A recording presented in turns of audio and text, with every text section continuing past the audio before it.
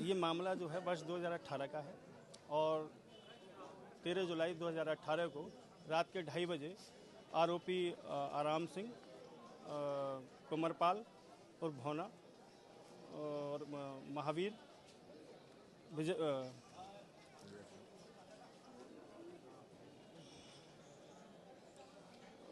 जयवीर गुल्लू और चरण सिंह, ये लोग जो है रात को 2:30 बजे मृतका के घर में घुस आए थे और उसे बुरी नीयत से दबोच लिया था और उसके साथ बारी बारी बलात्कार किया था। बलात्कार करने के बाद ये लोग जान से मारने की धमकी देकर चले गए थे और कहा था कि किसी को बताया तो जिंदा नहीं छोड़ेंगे।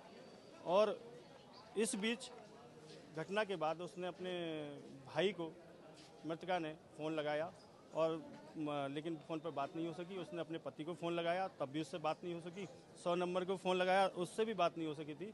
फिर उसने अपने ममेरे भाई को फ़ोन लगाया, तब उससे बात हुई तो उसने पूरी बात जो है उसको बताई कि ये लोग आरोपी मेरे यहाँ आए थे और इन्होंने मेरे साथ बलात्कार किया है और मुझसे ये कह करके गए हैं कि तुझ में आग देंगे।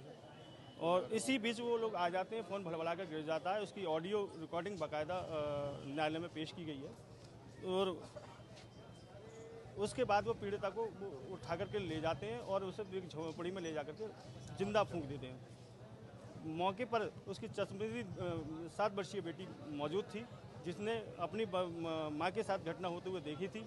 वो न्यायालय में परीक्षण के दौरान, साक्ष्य के दौरान आई और उसने पूरी घटना को साबित किया था। जो गवाह जिसने ऑडियो रिकॉर्डिंग जिसके मोबाइल में थी वो भी न्यायालय में पेश हुआ और उसने भी पूरी घटना को साबित किया था। पुलिस ने जो साक्ष्य जुटाए थे वो भी न्यायालय में पेश किए गए, जिससे पूरे मामले में 4 आरोपी को न्यायालय द्वारा साक्ष्यों के आधार पर दोषी पाया गया। पूरे मामले की पैरवी हमारे द्वारा शुरू से अंत तक की गई है और हमने भी तथ्यों को न्यायालय के सामने पूरी मेहनत के साथ रखा था। न्यायालय ने 4 आरोपियों को दोषी मानते हुए परसों दोषी सिद्ध कर दिया था। आज न्यायालय द्वारा आराम सिंह, कुमरपाल, महावीर और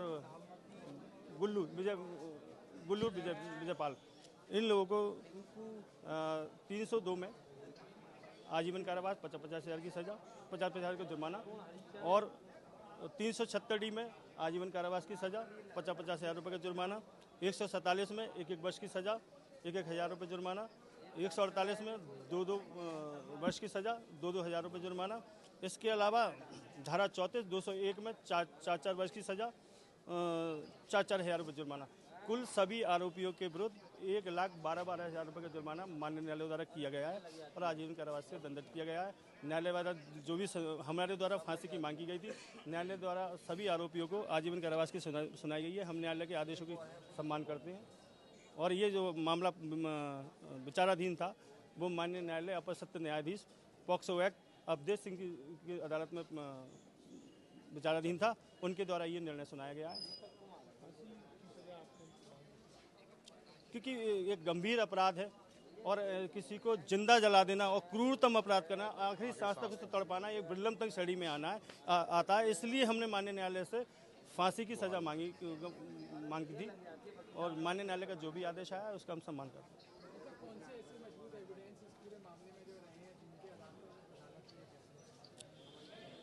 घटना के समय मृतका की बेटी, 7 वर्षीय बेटी मौजूद थी, जिसने घटना को अपनी आंखों से देखा था और एक व्यक्ति उसके पास मौजूद रहा था जिसने उसे डराया धमकाया गया। तो वो बेचारी पलट करके घटना के समय डर के कारण सो गई थी, लेकिन उसके सामने पूरी घटना घटती रही, किसी को बोल नहीं सकती थी।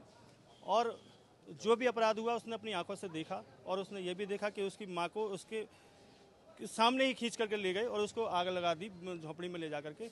और इस बात को पूरी प्रबलता के साथ न्यायालय में उसने अपने साक्ष्य के दौरान बताया। और दूसरा साक्ष्य इनके ऑडियो क्लिप है जो माननीय न्यायालय में हमने पेश किया और प्रस्तुत किया। और इसके अलावा जो लास्ट सीन पर जिसके साथ जब बलात्कार हो गया था, इस घटना की उसने अपने भाई को, मेरे भाई को बताया था, उस हमारे भाई का भी एविडेंस महत्वपूर्ण भूमिका यहाँ के रूप में साबित हुआ है। और जो अभियुक्तगण के द्वारा कपड़े घटना के समय पहने हुए थे, उन घटना को के समय के कपड़ों को फॉरेंसिक लैब भेजा गया था, जिस पर विधि विज्ञान प्रयोगशाला ने सीमेंट टेस्ट किए थे और सबके कपड़ों पर सीमेंट्स आए थे। इससे ये सिद्ध होता था कि बलात्कार की घटना इनके द्वारा कारित की गई है। और बाकी साक्षियों द्वारा भी घटना को के समर्थन में साक्ष्य दिया गया है।